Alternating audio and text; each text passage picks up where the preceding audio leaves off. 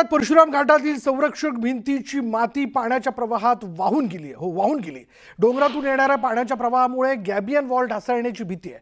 मुंबई गोवा महामार्गावरील परशुराम घाटाच्या सुरक्षेचा मुद्दा ऐरणीवर आला। परशुराम घाटातील संरक्षक भिंत ही कोसळली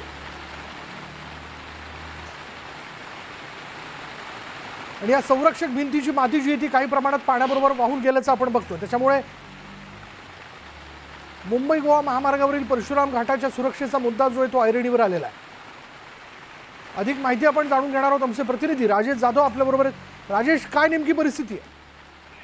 अमित बरोबर आहे, कारण परशुराम घाट आज मागील कित्येक 15 ते 16 वर्ष या परशुराम घाटाचं काम चालू आहे आणि हा जो परशुराम घाट आहे तो नक्की प्रवाशांसाठी आहे की फक्त कंत्राटदारांसाठी असा प्रश्न आता स्थानिक लोक विचारत आहेत। कारण इतक्या वर्ष या रस्त्याचं काम झालं मुंबई गोवा महामार्गाचं, कारण या परशुराम घाटाच्या खालच्या साईडला जी लोकवस्ती आहे, 1000 ते 1500 लोकवस्ती, त्यांना या परशुराम घाटाचा फार मोठा धोका निर्माण झालेला आहे। कारण गेल्या वर्षी एक मोठी दगडच त्यांच्या घरामध्ये शिरली होती, पूर्ण चिऱ्याची भिंत फोडून आत दगड शिरली होती।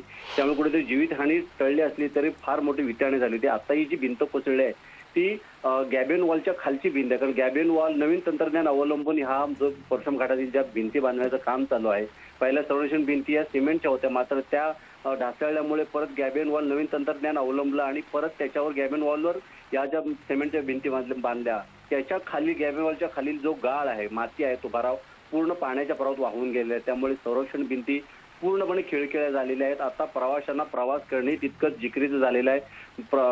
परशुराम घाटातला जो प्रवास आहे तो जीव मुठीत घेऊन लोक प्रवास करतायत। कारण आता पाऊस हा मागील 2 दिवसापासून चालू झालेला आहे। मागील 15 दिवस अवकाळी पाऊस होता, त्याच्याने राजेश आता गॅबियन वॉलची ही जी सगळी माती वाहून गेल्याचं आपण बघतोय पाण्याबरोबर, किती धोकादायक परिस्थिती इथं निर्माण झालेली आहे। म्हणजे आता अधिकाऱ्यांनी अशी दखल घेतली का? नेमकी काय परिस्थिती? नाही, अधिकारी तर नेहमीच फेऱ्या मारत असतात। मागील जे बांधकाम मंत्री होते त्यांनी पण जवळजवळ 6 की 7 वेळा तिथं फेऱ्या येऊन तिथं भेट दिलेली आहे। अधिकारी येतात, मंत्री येतात, फक्त भेट देऊन जातात। कलेक्टर किंवा मग SP तिथे येतात, भेट देऊन जातात। मात्र जी परशुराम घाटाची परिस्थिती आहे ती जैसे थे आहे। कारण जे उपायात्मक योजना करायच्या त्या न करता फक्त बांधकाम चालू आहेत, योग्य ते जे कॉन्क्रीट जो करायचं असतं ते नेमकं करत नाहीयेत।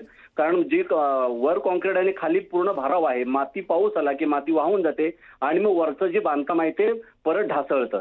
त्यामुळे हे कित्येक वेळेला हे चालू आहे की खाली मातीवर भराव करायचा, माती भराव करून त्याच्यावर बांधकाम करायचं आणि मग भराव वाहून गेला की परत ते पुढच्या वेळेला पाऊस गेला की 3-4 महिन्यांनी परत बांधकाम चालू करायचं, असं कित्येक वर्ष चालू आहे। त्यामुळे आता खालचे जे पेढे परशुरामच्या खालच्या लोकांना फार मोठी भीती निर्माण झालेली आहे। कारण रात्री जर वरून जर एखादी भिंत त्यांच्या घरांवर आली तर त्यांचं असं म्हणतात ना की अगदी मानेवर तलवार टांगलेली असते, अशा प्रकारे ते रात्री झोपत असतात। कारण झोपत नाहीत, जास्तीत जास्त त्यांना एवढी भीती असते की वरून जर सर्व गाळ आला किंवा माती आली, दगड धोंडे आले तर संपूर्णपणे आमची घर उद्ध्वस्त होतील, आमचा जीव जाईल। मात्र मोठ्या प्रमाणात जो परशुराम घाट आहे त्याची डोंगर कटाई झाल्यामुळे हा परिणाम भोगावा लागतोय। धन्यवाद राजेश या सगळ्या माहितीबद्दल। तर आता या क्षणाची महत्त्वाची बातमी आपण बघतोय की परशुराम घाटातील संरक्षक भिंतीची माती पाण्याच्या प्रवाहात वाहून गेली आहे। डोंगरातून येणाऱ्या पाण्याच्या प्रवाहामुळे गॅबियन वॉल ढासळण्याची भीती आहे आणि हा मलबा जो आहे तो खाली लोकवस्तीवरती जाऊ शकतो, असा देखील धोका निर्माण झालेला आहे। मुंबई गोवा महामार्गावरील परशुराम घाटाच्या सुरक्षेचा मुद्दा यामुळे ऐरणीवर आला आहे।